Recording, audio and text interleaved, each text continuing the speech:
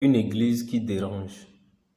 Je commencerai en disant que là où il y a l'homme, il y a l'erreur. Beaucoup se demandent pourquoi l'église catholique est si critiquée et diffamée aujourd'hui. Je réponds en disant que la persécution des chrétiens et de l'église catholique en particulier n'a pas commencé en ce siècle.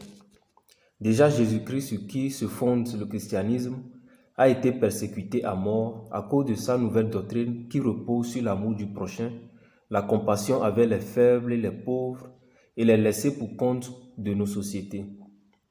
Après sa mort, ses compagnons seront traqués, pendus, brûlés, noyés, décapités ou donnés en pâture aux animaux dans tout l'Empire romain, sans distinction de femmes, d'hommes, d'enfants ni de vieillards, et cela a duré plus de 300 ans. Après cette longue et horrible période de persécution, le christianisme qui était illégal devient la religion de tout l'Empire grâce à l'édit de Milan en 325. Ainsi, durant les siècles suivants, l'Église va impacter la vie sociale, morale, politique, voire scientifique de l'Empire romain et de toute l'Europe.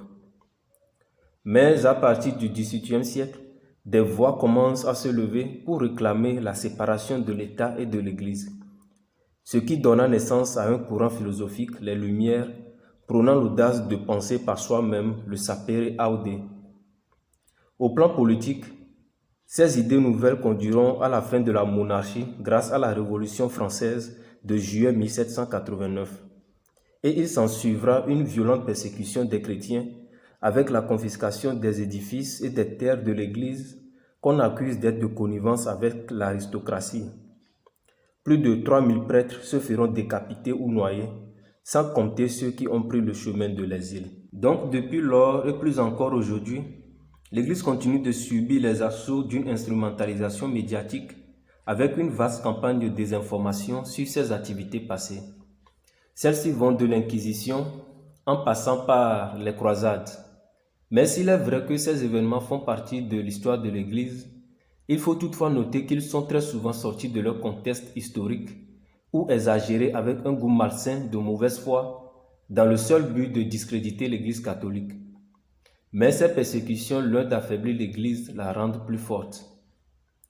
Un tel acharnement envers l'Église exige qu'on se pose des questions sur l'identité et les motivations réelles de ses promoteurs. Pourquoi se donne-t-il tant de mal? Je ne donnerai pas une réponse, mais je vais plutôt attirer votre attention sur quelques faits, après quoi il vous reviendra de juger. Outre la position dérangeante de l'Église catholique sur certains sujets, comme l'euthanasie, l'homosexualité, l'avortement, l'exploitation de l'homme, la dignité et les libertés humaines, l'écologie, passons à d'autres faits dérangeants. En 1995, la Ligue des femmes catholiques des Philippines, supportée par les évêques catholiques, avait obtenu de la justice l'arrêt d'un programme de vaccination antitétanique de l'UNICEF parce qu'il contenait de l'hormone BHCG. Et plus de 3,5 millions de femmes étaient victimes.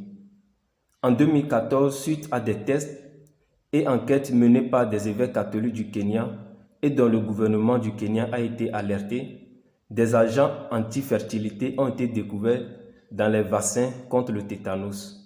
Et cela a été injecté à plus de 2,3 millions de filles et de femmes.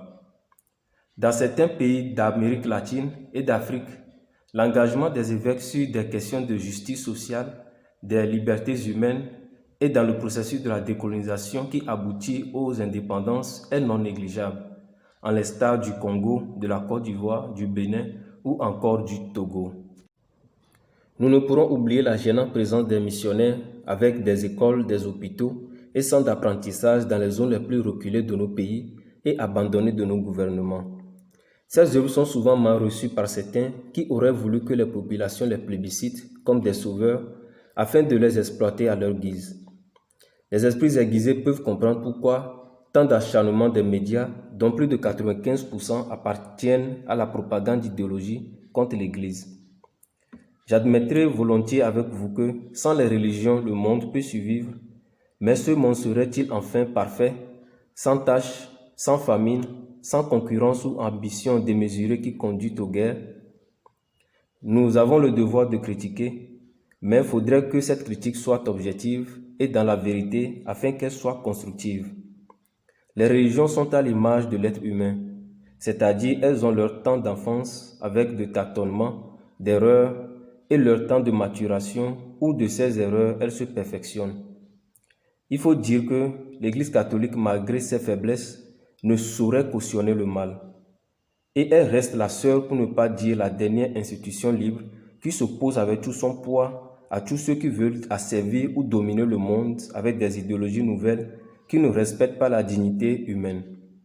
Et le jour où elle tombera, ce qui n'arrivera jamais, soyez-en sûrs, c'est le monde libre qui coulerait avec elle. Je finis ce partage en citant Malcolm X qui disait que si vous n'êtes pas vigilant, les médias arriveront à vous faire détester les gens opprimés et aimer ceux qui les oppriment.